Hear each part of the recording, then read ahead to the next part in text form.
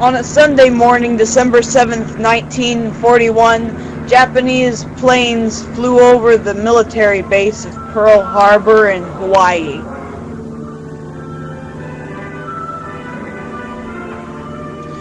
The military servicemen who were on duty that day detected the Japanese planes but mistook them for a returning flight of American B-17s.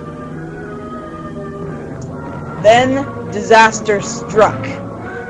The Japanese bombed Pearl Harbor. The Japanese came in two waves, one at 7:53 and the other at 8:55 a.m. The entire attack was done by 9:55 a.m. The results were devastating. 2,403 Americans were killed, and another 1,117 were wounded. The Japanese losses were far less than the Americans' losses. Japanese only lost 29 aircraft, 5 small submarines, and only 65 of their men were wounded or killed. Despite the surprise attacks, the Pacific Fleet of aircraft carriers, submarines, fuel, oil storage facilities remained untouched.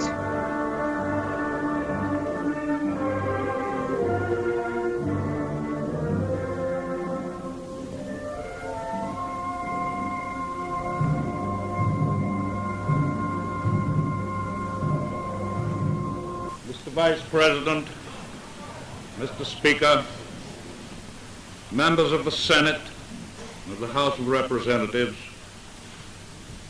yesterday, December 7th, 1941,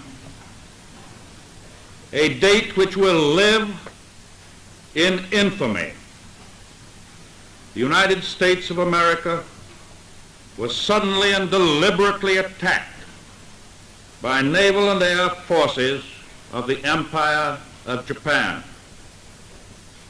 The United States was at peace with that nation, and at the solicitation of Japan was still in conversation with its government and its emperor, looking toward the maintenance of peace in the Pacific. After the attack on Pearl Harbor, every Japanese American was seen as a potential threat or saboteur.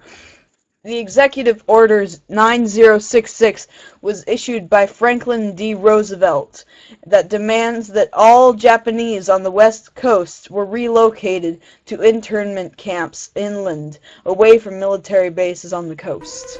There were more Japanese in Los Angeles than in any other area. At nearby San Pedro, houses and hotels, occupied almost exclusively by Japanese, were within a stone's throw of a naval air base, shipyards, oil wells. Japanese fishermen had every opportunity to watch the movement of our ships. Japanese farmers were living close to vital aircraft plants. So as a first step, all Japanese were required to move from critical areas such as these. But of course, this limited evacuation was a solution to only part of the problem. The larger problem, the uncertainty of what would happen among these people in case of a Japanese invasion, still remained. That is why the commanding general of the Western Defense Command determined that all Japanese within the coastal areas should move inland. Immediately, the Army began mapping evacuation areas and for a time encouraged the Japanese to leave voluntarily. The trouble for the voluntary evacuees soon threatened in their new locations. So the program was quickly put on a planned and protected basis. Thereafter, the American citizen Japanese and Japanese aliens made plans in accordance with orders. Notices were posted. All persons of Japanese descent were required to register. Now the actual migration got underway. The Army provided fleets of vans to transport household belongings and buses to move the people to assembly centers. The evacuees cooperated wholeheartedly. The many loyal among them felt that this was a sacrifice they could make in behalf of America's war effort.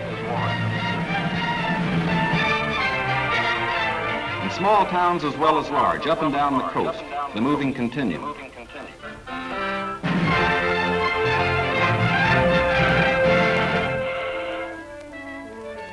Now they were taken to racetracks and fairgrounds where the Army almost overnight had built assembly centers. They lived here until new pioneer communities could be completed on federally owned lands in the interior. Santa Anita Racetrack, for example, suddenly became a community of about 17,000 persons. The Army provided housing and plenty of healthful, nourishing food for all.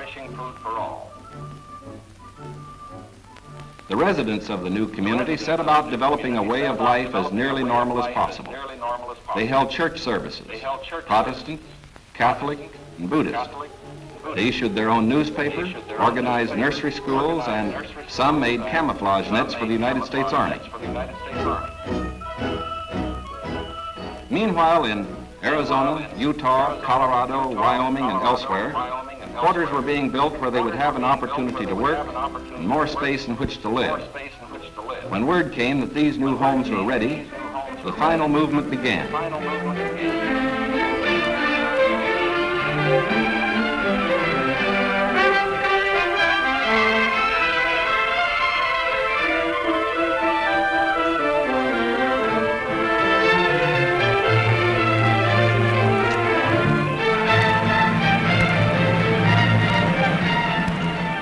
At each relocation center, evacuees were met by an advance contingent of Japanese who had arrived some days earlier and who now acted as guides. Naturally, the newcomers looked about with some curiosity. They were in a new area, on land that was raw, untamed, but full of opportunity. Here they would build schools, educate their children, reclaim the desert. Their own physicians took precautions to guard against epidemics. They opened advanced Americanization classes for college students, who in turn would instruct other groups. They made a rough beginning at self-government, for while the Army would guard the outer limits of each area, community life and security within were largely up to the Japanese themselves. They immediately saw the need for developing civic leaders. At weekly community meetings, citations were given to the block leaders who had worked most diligently.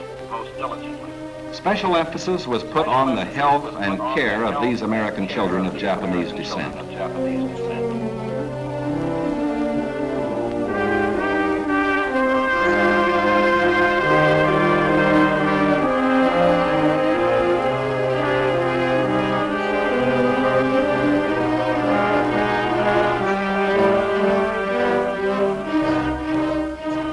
Their parents, most of whom are American citizens, and their grandparents, who are aliens, immediately wanted to go to work. At Manzanar, they built a lath house and began rooting guayuli cuttings. The plants, when mature, will add to our rubber supply.